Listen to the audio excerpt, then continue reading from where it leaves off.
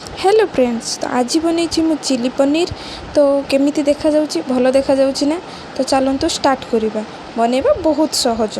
तापाई सब दरकार पनीर रखी छोट छोट काटिकी, आ रखी कैप्सिकम रखी स्क्वायर पीस काटी काटी रखी, टमाटो रखी छोट छोट काटिकी रखी, अदा ग्रेट करके रखी, आ कंचा लंका।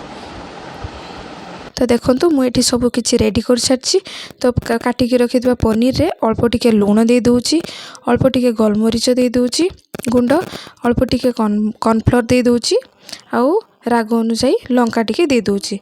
तो ताकू एबे भल से एपट सेपट करिकी गोले दूची। तो एबे ताकू ढांकी रखिदबा आधा घंटे पर्यंत। तापरे कड़ाई रे तेल गरम हो सारा पर गोले की रखि पनीर की ताकू पुणी थरे टिके एपट सेपट करदबा। तो तेल गरम हो गलानी से आम देदबा एक रखि पनीर स्क्वायर को। देखो मु सब पनीर स्क्वायर को देदेली। तो ताकू टिके एपट सेपट करदबा ब्राउन कलर हवा पर्यंत। तो जदि आपण माननकु मो वीडियोटी भल लगी थाए तो प्लीज़ सब्सक्राइब करेंगे, मो चैनल को सपोर्ट करेंगे। ये मोर फास्ट वीडियो। तो देखंतु पनीर को सब काढ़ी सारे कड़ाई अल्प टिके तेल देकी से ग्रेट अदा देदबा, टिके एपट सेपट करी कटा कंचा लंका देदबा, पुणी ताको एपट सेपट करदबा।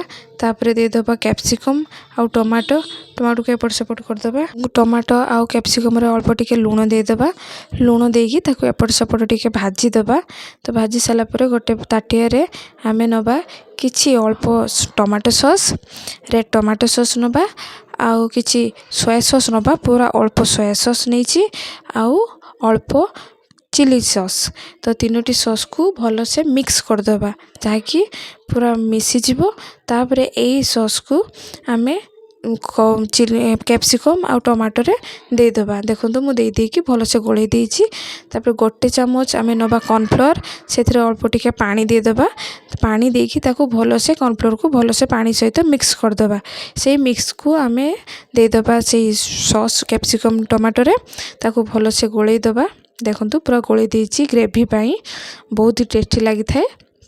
देखो मु गोली देछि भल से टिके फुटी आसला परे ओरिगानो देदबा। देखो मु ओरिगानो दे दूछि, ओरिगानो देले बहुत ही टेस्टी लगे। तो ओरिगानो देकी ताको भल से मिक्स कर देछि। देखो केते सुंदर देखा जाउछि। मिक्स कर दी साला परे जो रखिथिबा छणा पनीर की आमे सेथिरे देदबा। तो देखो मु सेथिरे सब दे दूछि पनीर की। पनीर सब दे सारा पर ताकू भलरे मिक्स करदबा, जहाँकि टमाटो आ कैप्सिकम आउ पनीर एका संगे सॉस रे सब मिक्स हो। तो रेडी हो गला हमर चिली पनीर। तो देखो एठू मु सर्व करूची। देखंतु केते सुंदर देखा जाउची गरमा गरम चिली पनीर। देखंतु पूरा रेस्टोरेंट स्टाइल बहुत ही बढ़िया लगुची। आपण माने थरे बनै खांतु, बहुत ही टेस्टी लागिवो। आउ टिके गार्निशिंग पई देदमा टिके ऊपर राशि पके दबा। देखो मु अल्प टिके ही राशि पकईची सुंदर देखा जीवा पाई। तो ये हो गला हमर चिली पनीर। तो आपण माने भी थरे एमिति बनै कि खांतु, बहुत ही टेस्टी लागिवो।